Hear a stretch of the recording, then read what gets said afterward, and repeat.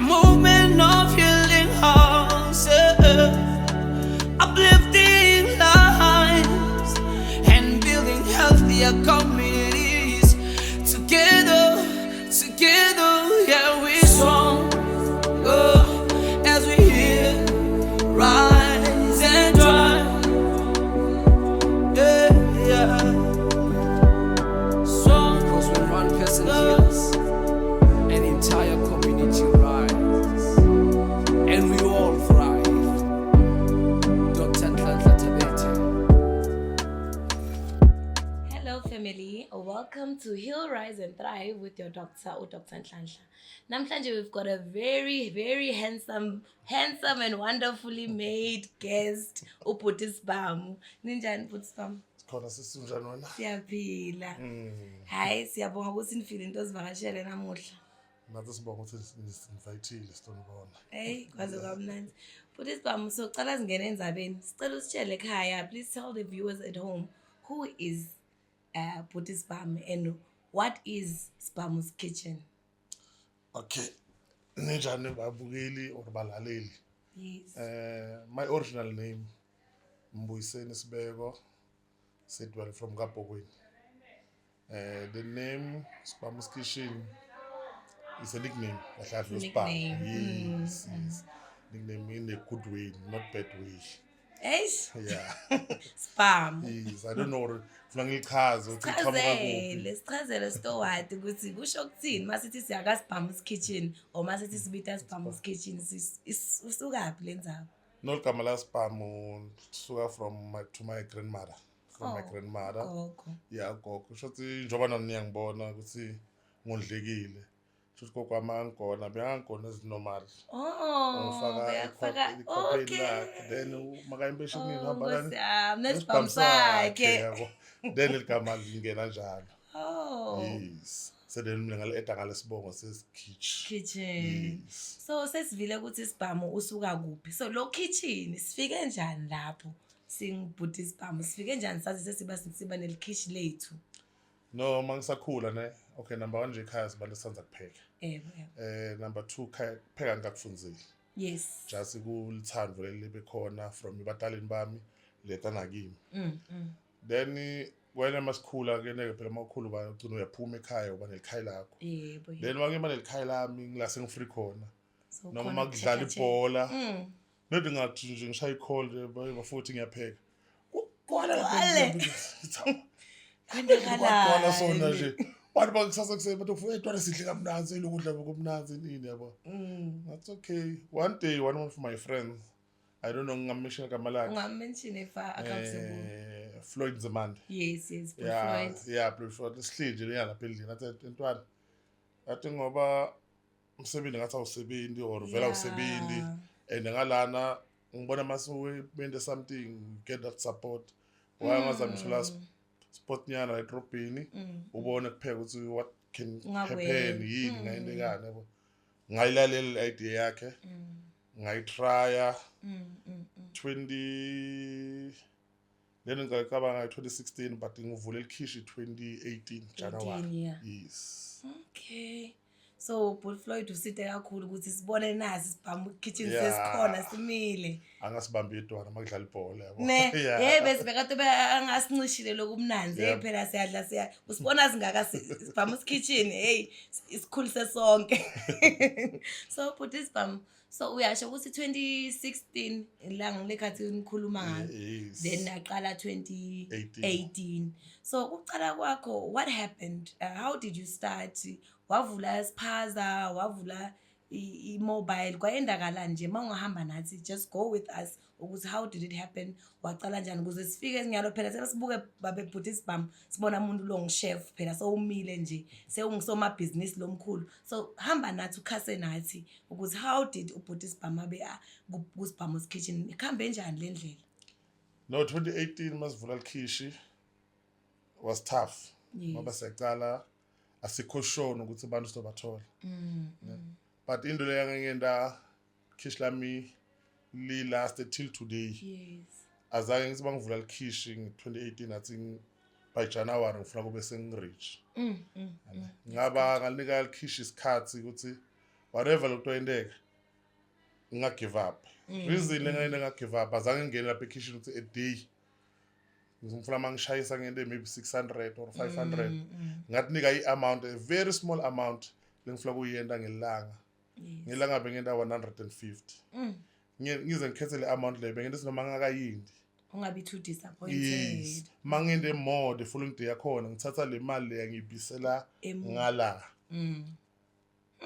ma challenges beyakhona kakhulu sometimes ubuthengisa one plate a day aish ubuphekile ibhodle elikhulu yes and mangicala kuvula likhishi benginele ideas everyone la edrobheni ufuna kudla kwerekwere ufuna kudla inhloko mathumbu nami ngangena ngale idea le ngathi ngipheke kwerekwere nini but when time goes on ngathi hayi man lapha khona ngikwerekwere nalena ngikwerekwere sibanile abantu bakwerekwere man wayengazami kuphuma kule style sakwerekwere nemathumbu nanani let me try something ukuthi vele umuntu makayita kimi ufuna ukudla lokudla lofuna kulapha ekitchen then lesikhathi sicala ukutshintsha imenu yethu masitshintsha imenu yethu siye kwi stew beef saya to chicken curry saya to chicken grilled saya pork steak and wors with 2 veg 1 salad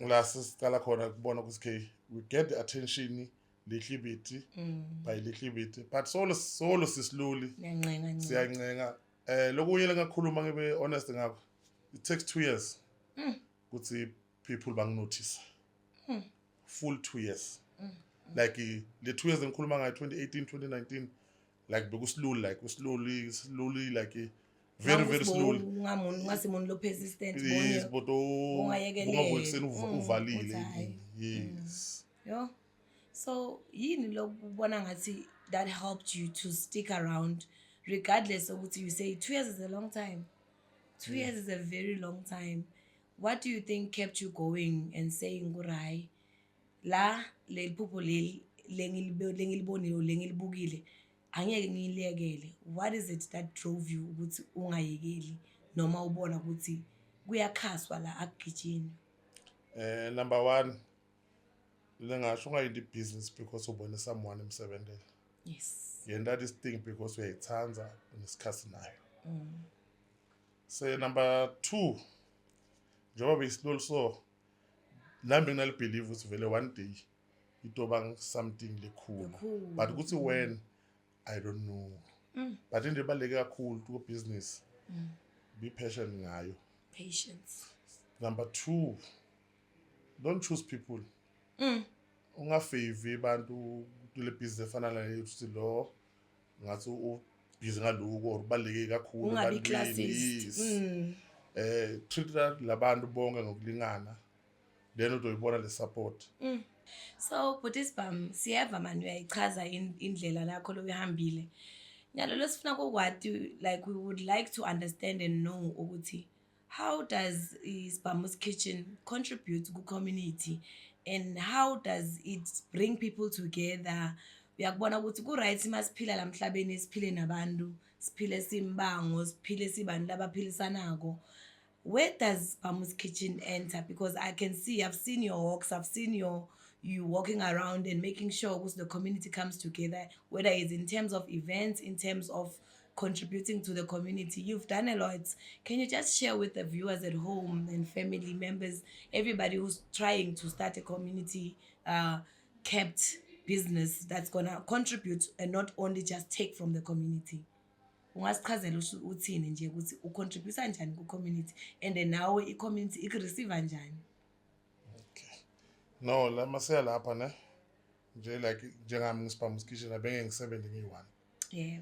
Ngitsinga abantu or bengitsinga abantu then yala mangichecka ilist yami abantu esinabo kitchen abasincetsako bayi6 3 yaboma 4 yabomake na 2 yabafana labasebenza kiso ukuthi nabo wakhona kuncetsa ekhaya ngoba nami khona kubabhadala so then lokunye lokungihlanisa kakhulu nebantu there's thing ngiyendako once a year they call it Isbamu's Kitchen food buffet cuisine lapho kunokubona isupport nami mangiyibuka lebuya communicate ngithuke ngiyi1 ukuthi how can people support us? So there's no artists.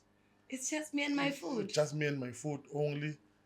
And but the support lengithola is 140%. Like ngithuka ngiyi-1 guys, people bayekela tonke about indawo. Just bathi spam uphekile and kongena ngemali ayithi ngena ngamahhala. And nale mali iningi labangena ngayo but bayangena kakhulu. From Joburg, Polokwane, ngingaba seyikhulile lento ngalendlela ukuthi nami ngiyathuka. Then and say lokunye lengikendaba nemassiphekile. Like we got this catering in my events. If siyene kasipheka ngobuningi. Yebo. Lokudla kungasala asivamise ukuthi thina simuke nako as-7 esibhamus kitchen. Sinokubuta lapho kule if sebenzela example sebenzela eMatsulu. Sinokubuta ukuthi ku center lekhona around la. Basitshela basayikhona then thina sihamba nemuntu oyi-1. Simikise lokudla so donate ngako ngisethi simuke nako ngoba kusuke kukuningi. So it's you giving back to the community. Khombisa ukuthi la kune space khona wonke umuntu unaso space la angasifila ku community. You didn't just focus on 10 ngenda imali ngala. Yo, this is wonderful, but bengafuni ukuthi singa expand kakhulu. Ngifuna ukuthi singene kule event yakho le. Le event le is a big event. Ngathi siyithathela phansi. Ngicela ukuthi uhanze ngayo uphinde usho ukuthi iba khona nini kusuka kwendakalani kugqwala kanjani kuba kuhle njani sicela nje uside khona la. No event esibhamus kitchen iba kanye ngomnyaka but this year itoba khona kayi-2. The reason last year even the support elikhulu kakhulu then people bacela ukuthi bacela ngiphiza ngoba labanye abakhona ukuthi June weather bengekho right then bafuna ukuyi-support this year. Selokuye business leyenda ize le event ebekhulu kakhulu angiyihandlish kahle ngiyi-1 hayi thina ama-sponsor like mina ngidila ngokudla. If kuna someone engimatiko around ulwati mina lwela mandi or udila ngemandi ngiyam-invite ethi nemandi akhe power of collaboration atowathengisa. If kunemuntu lodila ngetikipo wenda something alethe lapha ato-advertiser yonke. And mangibona ngena lento leyo ngibona ngathi nginika i-support leningi ngoba like let me example ngidobita Nonhlanhla uthengisa ama-ice. Nonhlanhla lebangani labayi-20 lingabati bathi Nonhlanhla uta ne-crew yakhe. Then ngila ngibona khona so le support le ayichamuki ekudleni kuphela. Nonhlanhla lebangani bakhe Bhilo lebangani bakhe bani njalo njalo siyabahlanganisa kuba iphathi nje lemnandi. Cool. If akwazi wa-attenda le event uyaphuthela. But if we attend, you know what's happening exactly. Lapha. Udla the way ufuna ngakhona. And akuvamisi kuphela lokudla. Ne? Akuvamisi kuphela lokudla lapha. Phela siyaphinza lapha ya. Uyadla uphinze udla after 2 hours. Then you get new friends there. Yes. Ngoba kunenhlobo yabantu, nenhlobo ukukhuluma kuthi nikhuluma yini. Sometimes you get business. Yes. Labanye bashadile khona lapha ku event. Yabo. Sakha mindeni. Khona lapha yabo. Le event kahle and you welcome everyone. Umbana, umuntu omdala, noma umdala kangakanani, you are welcome. Pastor, you can come there because it's about food. Like, the meaning of the event is about food. Yes. Yo, so njengoba uyibala nje usho ukuthi food it goes a long way. What's the role you think it plays in culture?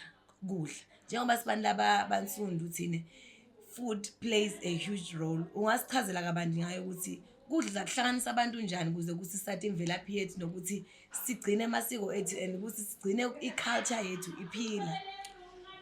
Kudla kuyahlanganisa kakhulu especially ukudla lesikupheka lapha akusuko lokudla lesikupheka ekitchen Monday to Friday. I-cuisine is African food kakhulu. Like nokuthola kube namadumba, kube neligushu umuntu yaba ligushu engagcina na 3 years ngalidli. Sebathosa baxoxa ngalo uthi lijani mbhidvo yabo lokudla lesikupheka lapha akusiko lokudla lokuthi vele uyakuthola njalo ekhaya. Sipheka lokudla and lokudla lokuze kube mnanzi. True speaking akufuni stove segas, akufuni stove segesi. Ufuna ubuyele phansi. Eish. phasi ubeke nje inkuni ufake libhodolo lakho kahle upheke kahle and Mm. ungafaki le biliboco Lesifaka lesifaka amaseti endlini. pheka nje normal nje ukudla kwakho nje Ungayimoshi. kube natural yabo. Oh kuhle. So sisanza sichubeka Buddhist Bam. Uyibona ikuphi ihamba iya kuphi Bamboo's Kitchen. Siyabona nema hours ungasinxishi sichazele siwatholile ama hours ungasinxishi. Siwathole ngaliphi futhi ungasichazela lapho. Bese uyasitshela ukuthi indlela yethu yesibamboo's Kitchen ihamba yiyapi. Ma awards siwatholile 3 times. Shothi umnyaka ulandzelana. Clock it. Best takeaway. I-best takeaway true speaking la ufuna ukubona khona ukuthi hayithi lokudla kwakho kudlula wonke umuntu. Ngila ufuna ukubona khona ukuthi abantu bakuthanza. Ngoba namba 1 uvotela nabantu labangangidi le kitchen kuwe. Then if uthola le award leyo I think that's time ufuna ubuyele back uyobonga kulabantu labakuvotelako.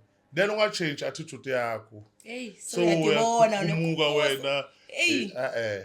Ngilala kakhulu ngilami ngibelieve khona ukuthi ngila ngibona khona ukuthi lithando likhona ebantwini. Ngoba akusuko kuphela lo labakuvotelako. That's true. Baningi labalengenelayo labanye lapha sigena letolo elikhulu la uzothuka ukuthi Bamboo's Kitchen esiwine sadlula lona besingacabanga hayi singithathela phansi mina but athi ubuka le history yala ma shop longene kuwo nawo but washaya then ngila ufuna sase khona isikhathi bantu bakurecognize abantu bakuthanza then into ufuna uyimix back kulabantu respect them treat them ngokufana ungachuzi umuntu ofika Bamboo's Kitchen nike lembatho tonika lo munye lo wathi nabathi unani. Yes, then business yakho toba right lapho. Uyibekile. You know, that's the truth in it.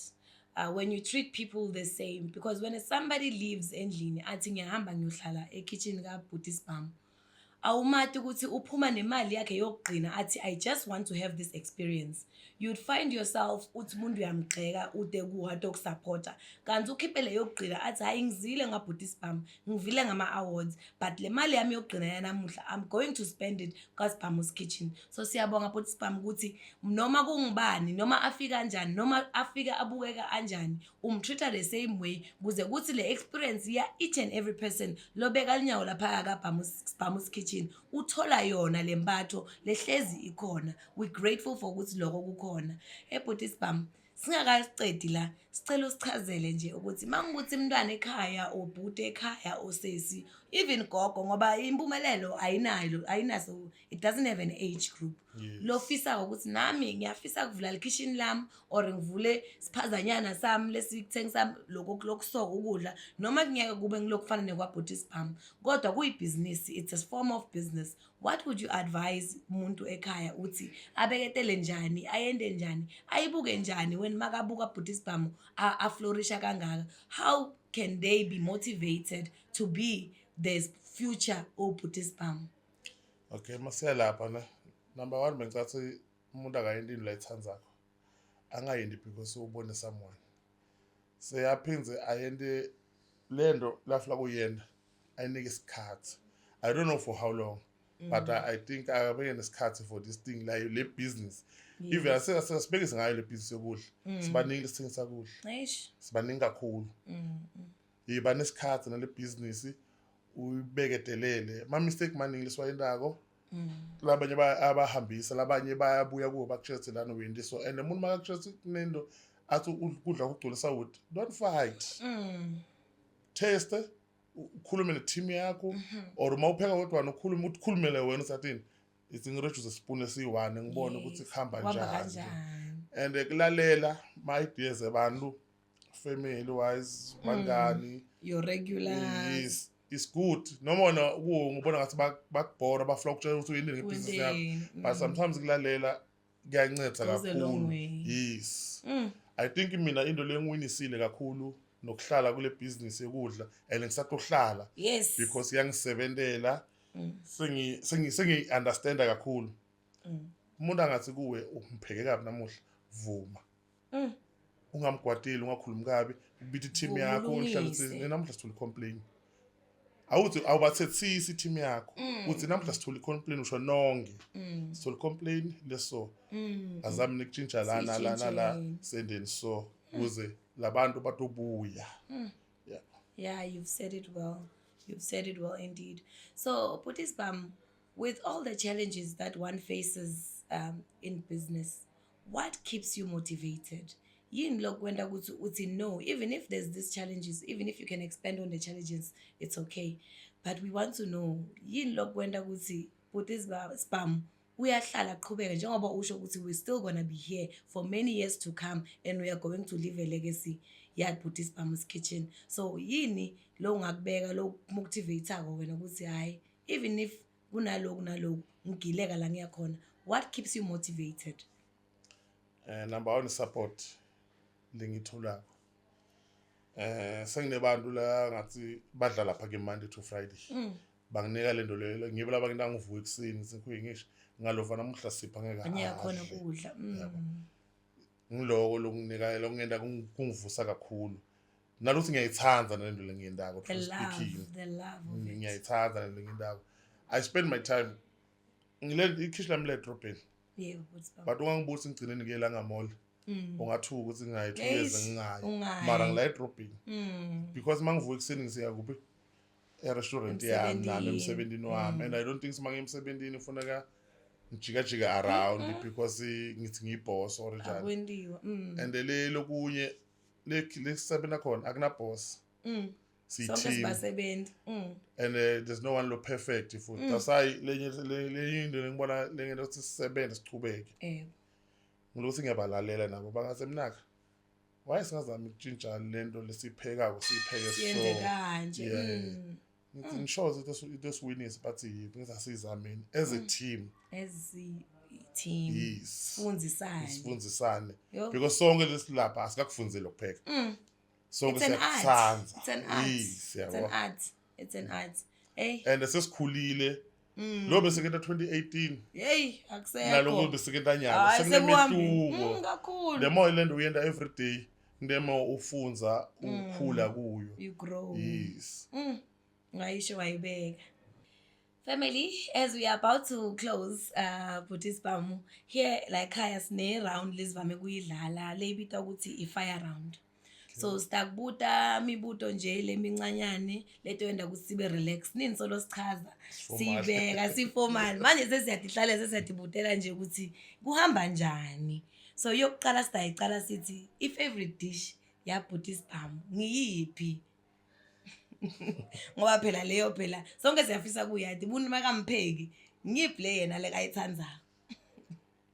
Lento ichaza ngile ngisebenzana lapha ekitchen kakhulu. If umuntu afika ingekho uyakwata i-beef stew. If ingekho nje uyabona umuntu usutheneka off nje uyaporeka nje kwenzakalani wani ngavale ndini and masiphelile sekubantu bafike early bafika early shaya once kuba sekunganalutho. Okay ke Putisbam, so i-African meal lekhona ngiphi favorite yakho? Inhloko yenkomo. Inhloko. Okay, my favorite bathi mathumbu. So i-ingredient mawupheka ekitchen ngiphi le uthi wena anyeke uvame kuyisebenzisa nje lo ngasishare asithi usitshele ama recipe akho asitshontshi la khaya nethi siyabuta ukuthi yini lo ongakuthandi ukusebenzisa. Ngakuthatha ukusebenzisa mangipheka mandi. Okay. Asipheke imandi thi. Manje ngathi sokwasha indish no clean amavili. Eish. Qiniso la uNkulunkulu. Lengisakuthatha ukusebenzisa to speaking mandi, asipheke imandi. Asipheke imandi. Ungafuna usichazele ukuthi why? Okay, number one. Okay. The food that we are cooking, yes, is quality food. Asikudla lokuqinile. Yes. Yes. Special stew beef. I believe must fake ebhodweni uvala kuba nesteam. Siyadilethela nalamandi. Bathini? Not ku lo ma juices eswati ekhipha lama juices akhona. Then ngibona uma lamandi ukhipha yonke le taste yale nyama. Yes. Qiniso lihle yathi. Kupheka kwakho Putisbam ngikuphi lokumnandi. Pheka ntsambama noma kupheka ekseni. Nokudla I prefer ukudla kube fresh sikupheke ekseni bakudla bakucothe. Okay, that's good. And then one word or three, man. Lana angivami kuba strict. 1, 2 or 3 words that can describe ikhishi la Buddhist Palm. Khishi la Buddhist Palm li clean. Clean, number 1. Number 2 sithanda abantu kakhulu. The love of community. Number 3 sibonga umuntu makethe kitchen makahamba nje inletho othola kuthi nje Being grateful. siyabonga kakhulu. Reason sithanda lokubonga iposition la likhona khona likhishi alikho ebantwini. Yes, basuka. Yeah, laba khona they came to us. You know, uthathe wayibeka Buddhist Palm. Siyabonga kakhulu ukuthi ufikile namuhla la khaya. Family, we've learned a lot. Amandi okwasha indish. Akusiwo mandi okupheka. So we don't cook with water. The ingredients that you need, they are inside whatever you are cooking. That's what I took home mine from a Buddhist Palm. As a family here, we have learned ukuthi community and collaboration and love of the community and also giving back is what makes a business to strive. Whatever is Buddhist Palm is doing, we're praying for it. Ukuthi iqhubeke iyembili. We will support you wherever you go, wherever you are. Just know that impumalanga isemva kwakho. You've seen it with the awards that you've been getting. We are grateful ukuthi bakhona bobhuti labamile babemakhishini basikhombisa ukuthi lendo le akusiye abantu besifazane kuphela. It's a thing lephuma ngelithando. And it's something lo ngabe ufundiswe yona ekhaya noma lo tifundzela yona endleleni, but it can be a way of being able to deal with a lot of things emhlabeni uphinze uyende kube yindo lethela income. Sibonga kakhulu ukuthi awubashiyi bantu lo uphuma nabo le la ubuya khona. Sibonge nokuthi you interact with people awubi classist ukhona ukuthi noma kungubani lo unaye uyakhona ukuthi Buddhist Palm uqedze umreceive with the warm hands. We are grateful for that. So as a family nebalalele ekhaya, can you tell us ukuthi masifuna lokudla lokungaphekwa ngemandi siyapi simtholaphi uBuddhist Palm? Singaqala emanombolweni siye also kuma socials, your phone numbers, your contacts. Where can they reach Buddhist Palm for catering, for amalobola, for pop-ups, for even noma ngilambile ngiso-ofisini? How do I get a hold of Buddhist Palm's kitchen?